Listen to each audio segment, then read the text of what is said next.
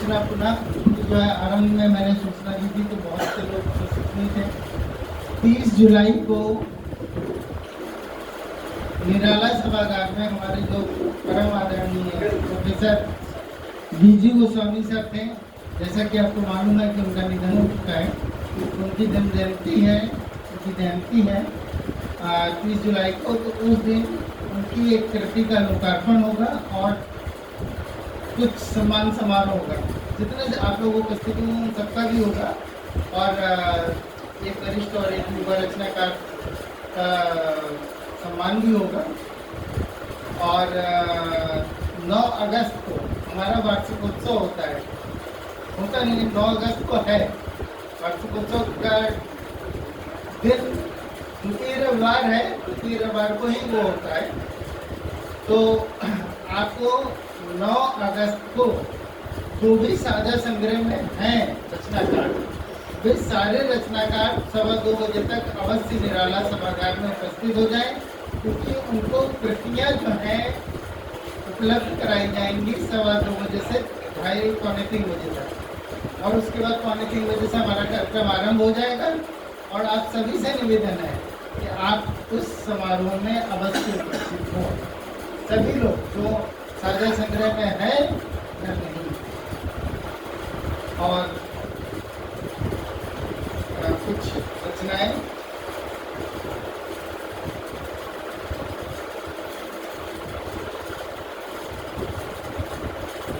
आज बहुत वर्षों बाद जब यादों की पोटली खुली तो देखा उसमें थी एक कागज की नाव। आज बहुत वर्षों बाद जब यादों की पोटली खोली तो देखा उसमें थी एक कागज की नाव, रेत के कुछ कण, गुलाब की सुगंध और तुम्हारा नाम। कागज की नाव तुम्हारा अनलिखा खत, कागज की नाव तुम्हारा अनलिखा वह खत था जिसमें तुमने प्रार्थना के सुमनों को रखकर दिया। रेत के कण नदी के तट पर तुम्हारे साथ बनाए हुए खरोंदों के अवशेष, गुलाब की सुगंध तुम्हारी कोमल उंगलियों का स्पर्श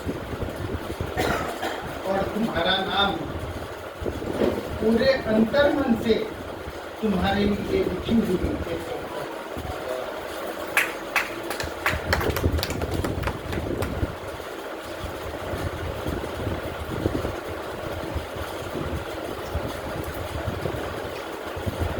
एक दिन मैंने तुम्हारे हाथों में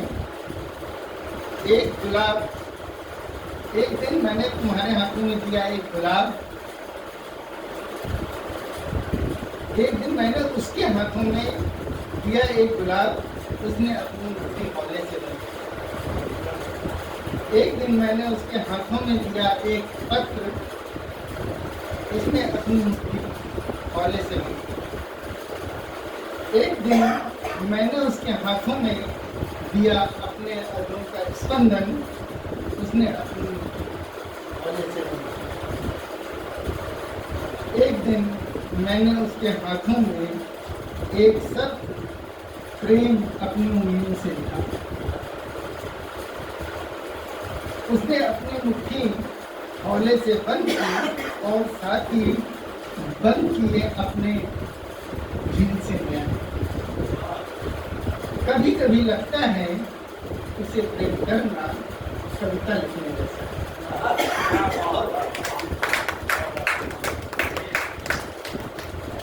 और एक अंतिम कविता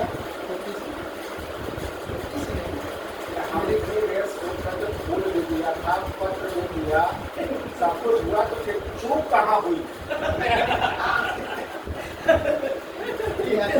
आई है एक सहेली के पास, उससे मत जोड़िएगा।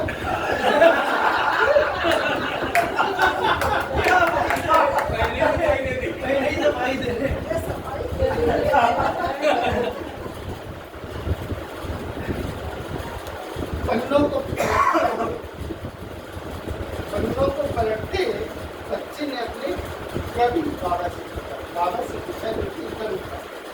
पन्नों को पलटते हुए बच्चे ने अपने बाबा कवि से पूछा, हमें कासे कमल क्यों पढ़ाते हैं?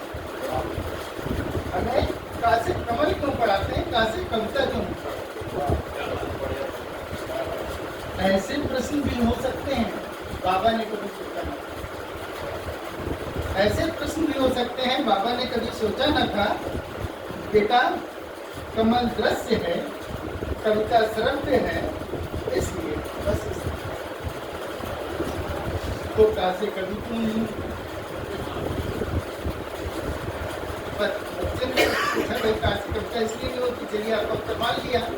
तो फिर पूछा तो कासे कवि क्यों नहीं पढ़ाते? वह तो दृश्य होता है।